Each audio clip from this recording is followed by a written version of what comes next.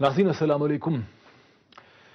नाज़रीन, जैसा कि आप सुन चुके हैं, आज हज़रत इमाम हुसैन के चहलम के रोज़ एक बार फिर लाहौर और कराची में दहशत गर्दों ने खुदकश हमले किए, जिसके नतीजे में कम अज़ कम 15 लोग जाँ बहक और 90 से ज़्यादा लोग जो हैं वो शदीद ज़ख्मी हैं। मरने वालों और ज़ख्मी लोगों में पुलिस के नौजवान भी शामिल हैं, जिन्होंने दोनों ही शहरों में, लाहौर और कराची में, बड़ी ही बहादुरी और जुर्रत का मुजाहरा करते हुए अपने फ़र्ज़ की शनासी में अपनी जानें जो है वो कुर्बान की। और यूं अगर ये पुलिस वाले अपनी जानों को इस तरह से कुर्बान न करते, फ़र्ज़ शनासी का मुजाहरा न करते, तो शायद लाहौर और कराची में इंसानी जान का नुकसान बहुत ज़्यादा भी हो सकता था। हम लाहौर और कराची दोनों ही शहरों की पुलिस को खराज तहसीन पेश करते हैं। लेकिन नाज़रीन, ये कोई पहला हमला नहीं है। यह हमला कितना ही ट्रैजिक, कितना ही अफसोसनाक क्यों नहीं, ये पहला हमला नहीं है। इस मुमलकत खुदादाद में हम पे इस किस्म के सैकड़ों हमले हो चुके हैं और हम इन्हें रोकने से कासिर नजर आते हैं। यह ऐन मुमकिन है कि इस खित्ते में होने वाली जंग, यह ऐन मुमकिन है कि बैरूनी हाथ और खित्ते में होने वाली जंग भी इसके लिए रिस्पॉन्सिबल हो, जो तीसरे हाथ की तरफ इशारा किया जाता है। लेकिन शायद ये वक्त आ गया है कि हम ये तस्लीम करें कि हमने इस माशरे में, इस मुमलिकत में ऐसे रुझानात की, ऐसे जज्बात की हमने स्पेस पैदा की है, परमिसिबिलिटी दे रखी है, इजाजत दे रखी है, जिसमें एक सुसाइड बॉम्बर, जरा गौर कीजिए, 14-15 बरस के नौजवान जो हैं वो एक मस्जिद की तरफ जाते हैं, मज़ार की तरफ जाते हैं, अहले तशी के जुलूस की तरफ जाते हैं, कभी अहमदियों को निशाना बनाते हैं, कभी बरेलवी, कभी एक दूसरे को निशाना बनाते हैं। ये परमिसिबिलिटी जो है, जिसमें इस इकदाम को जायज़ समझा जाता है, ये परमिसिबिलिटी, ये इजाज़त जो है, ये हमने इस माशरे में दे रखी है।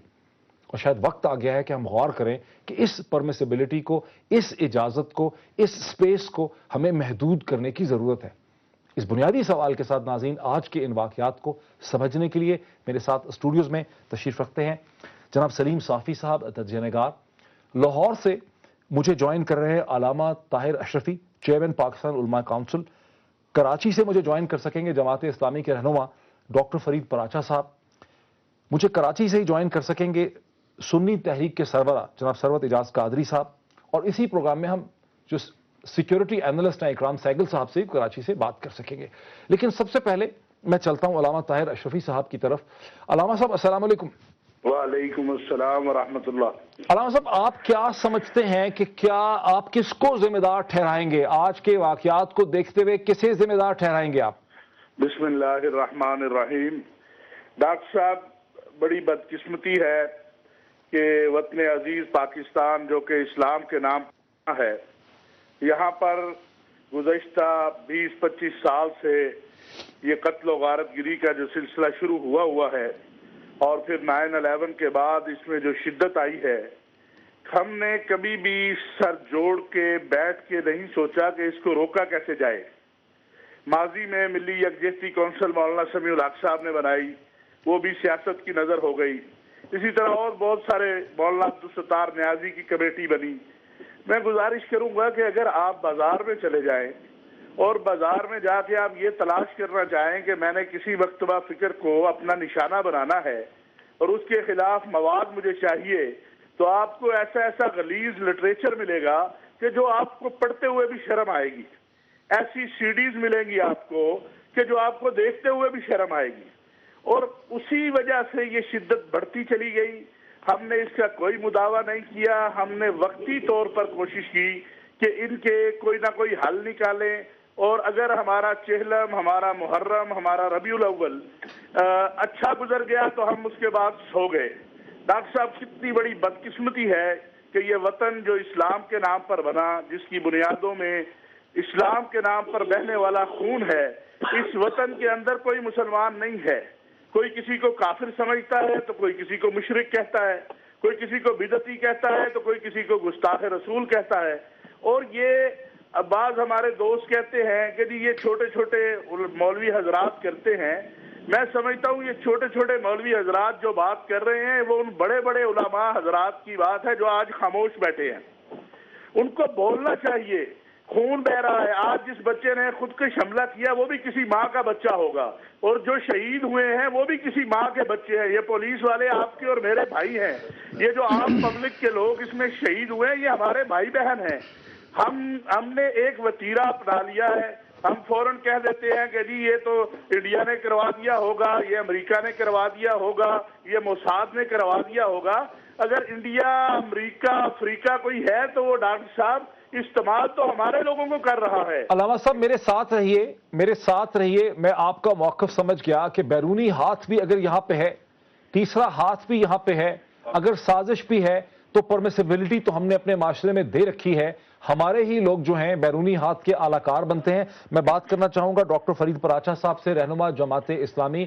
پراچا صاحب, آپ اس بات سے ایگری کریں گے کہ پرمیسیبلٹی تو ہم نے دے رکھی ہے, بیرونی ہاتھ بھی ہو سکتا ہے, خطے کی جنگ بھی ذمہ دار ہو سکتی ہے, لیکن اپنے معاشرے میں پرمیسیبلٹی تو ہم نے دے رکھی ہے, لوگوں کو یہ احساس تو ہم نے دلایا ہے کہ اس قسم کے کام کیے جا سکتے ہیں. جی بسم اللہ الرحمن الرحیم. یہ جو واقعات ہوئے ہیں آج ملک کے مختلف علاقوں کے اندر بڑے ہی المناک اور خطرناک ہے. ہر پاکستانی کا دل دکھی ہے, اور جتنے بھی شہداء ہیں ان کے خاندانوں کے ساتھ اظہار تعزیت بھی, اظہار ہمدردی بھی. یہ جو معاملات ہیں اس کے بارے میں یہ بالکل ایک واضح سی بات ہے کہ ایک سازش ہو رہی ہے, اور اس لفظ سے چڑنا نہیں چاہیے. جو چیز بھی ہے ہمارے سامنے ہے کہ یہاں پر ایک کوشش ہو رہی ہے کہ کسی طرح سے فرقہ وارانہ فسادات کروائے جائیں.